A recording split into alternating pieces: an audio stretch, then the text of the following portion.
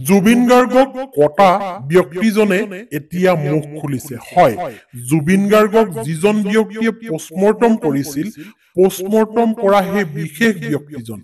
যিজন ব্যক্তিয়ে জুবিন গাৰ্গৰ দেহটো ফালি পেলাইছিল কাটি আৰু ফালি পেলাই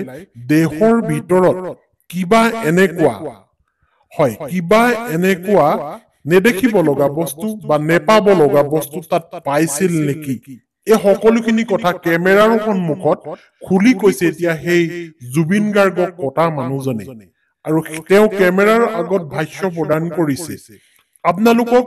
মই খন্তেকতে সেই ভাষ্য লগাই দিম আপোনালোকে শুনিলে গাৰ নোম শিয়ৰি উঠিব আপোনালোকৰ গাৰ নোম শিয়ৰি উঠাৰ লগে লগে আপোনালোকে আচৰিত হৈ যাব যে জুবিন গাৰ্গৰ দেহৰ ভিতৰত এনেকৈও কিবা হয় এইটো প্ৰশ্নবোধক এটা থাকি গৈছে এনেকৈও কিবা কিন্তু সেই বিশেষ কটা মানুহজন যিজন মানুহে জুবিন গাৰ্গৰ সেই হটো কাটিছিল জুবিন গাৰ্গৰ যিটো বডি কাটিছিল অৰ্থাৎ পোষ্টমৰ্টমৰ কাৰণে আপোনালোকে গম পায় যে মানুহৰ দেহটো কাটিবলগীয়া হয় আৰু মুখমণ্ডলটো খুব সযতনে যদি কাটিবলগীয়া হয় কাটে আৰু নহলে বাকি বডি অংশটো সম্পূৰ্ণ দুফাল কৰি পেলোৱা হয় যাতে বডিৰ বিশেষ বিশেষ অংশবোৰত কিবা এনেকুৱা নাপাবলগীয়া বস্তু বা তেওঁ আঘাত পাইছে নেকি বা নাখাবলগীয়া বস্তু সেইবোৰ ওলাই যায় আৰু তাৰে কিছু কিছু অংশ ফৰেনচিক লেবলৈ পঠোৱা হয় এতিয়া সেই কটা মানুহজনে যিজনে জুবিন গাৰ্গক দুফাল কৰিছিল কাটিছিল সেই মানুহজনে এতিয়া কেমেৰাৰ সন্মুখত মুখ খুলিছে আৰু আপোনালোকে শুনিবলৈ পাব কিন্তু তাৰ আগতে কেইটামান কথা আপোনালোকে জানি ল'ব লাগিব যে জুবিন গাৰ্গক যিজন মানুহে হটো কাটিছিল জুবিন গাৰ্গক কাটিছিল দুফাল কৰি কাটিছিল পোষ্টমৰ্টমৰ সময়ত সেই ব্যক্তিজনে কোৱা কথাখিনিৰ কি সাদৃশ্যতা আছে কি মিল আছে যিখিনি কথা আমি আগতে গম পাওঁ অলপ অলপ কিন্তু আপোনালোকে সেইখিনি পুনৰ মনলৈ অনাটোৰ প্ৰয়োজন এই কথাখিনি গম পাবৰ বাবে তেওঁৰ ভাষ্যটো শুনাৰ আগত এইখিনি কথা আপুনি গম পাই ল'ব লাগিব কাৰণ আপুনি চাওক জুবিন গাৰ্গে 18 তাৰিখৰ দিনা তেওঁৰ টিমৰ সৈতে ছিংগাপুৰত গৈ উপস্থিত হৈছিল আৰু ছিংগাপুৰ এখন উন্নত কাণ্ট্ৰি ভাৰততকৈ যথেষ্ট উন্নত মানদণ্ডৰ আৰু তাত গৈ 18 তাৰিখৰ দিনাত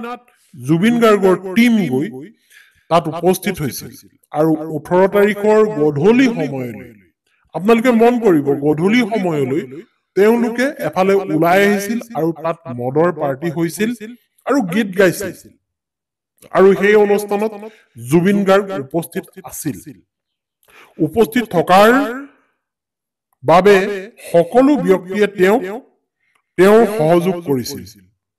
আৰু লগত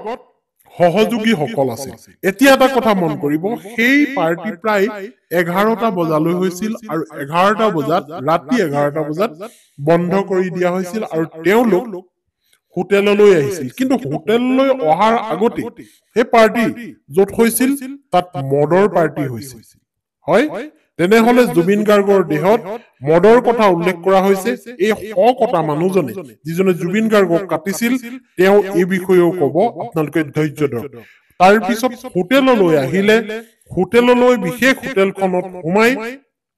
সেই হোটেলখনৰ বিশেষ ৰুমত কি ঘটিল এই কথাটো এতিয়া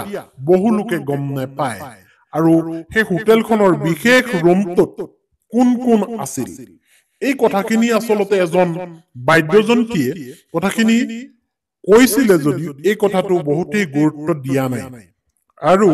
এতিয়া সেই হোটেলখনত মদৰ পাৰ্টি হৈছিল নে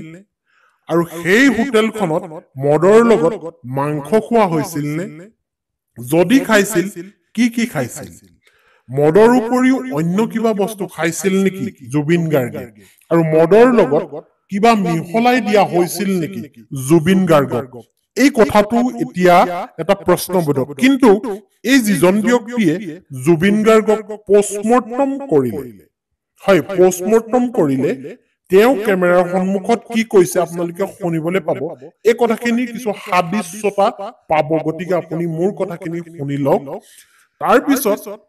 সেই হোটেলখনত মদৰ পাৰ্টি হ'ল আৰু মদৰ পাৰ্টি হৈ তেওঁলোকে ৰাতিটো সেই বিশেষ হোটেলখনত থাকিলে থকাৰ পিছত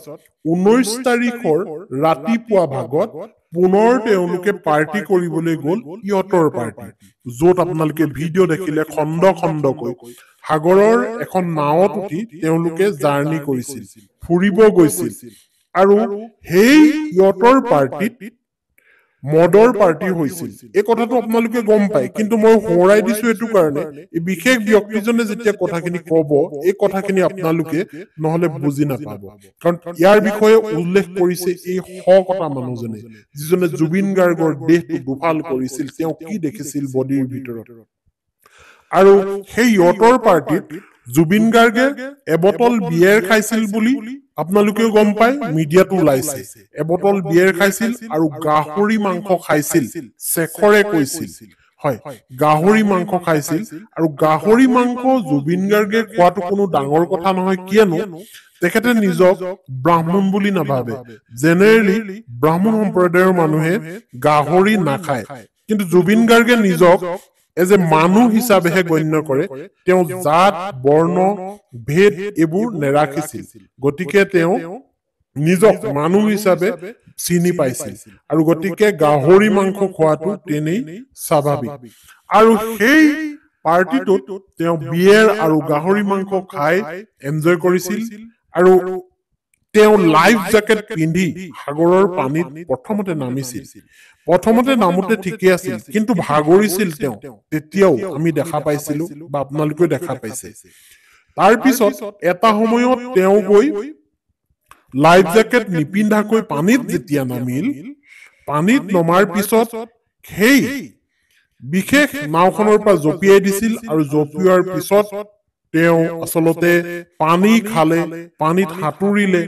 তেওঁৰ পেটলৈ পানী গ'ল পানী যোৱাৰ পিছত তেওঁ অৱশ হৈ পৰিল তেওঁ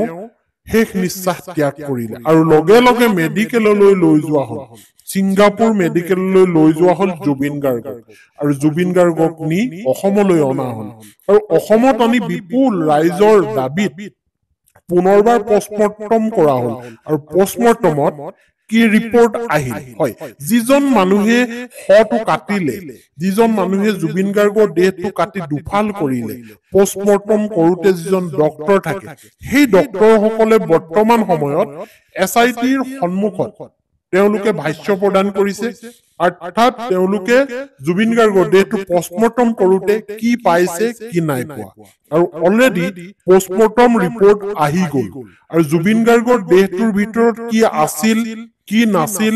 তেওঁলোকে কি কি সন্দেহ কৰিছিল এই সকলোখিনি কথা এতিয়া তদন্তকাৰী দলৰ সন্মুখত জুবিন গাৰ্গৰ পষ্টমৰ্টম কৰা সেই ডক্টৰ কেইজনে কৈছে আৰু খুব সোনকালে SITয়ে তাৰ চাৰ্জশ্বিটখন এতিয়া ন্যায়ালয়ক দিব ন্যায়ালয়ক দিয়াৰ পিছতে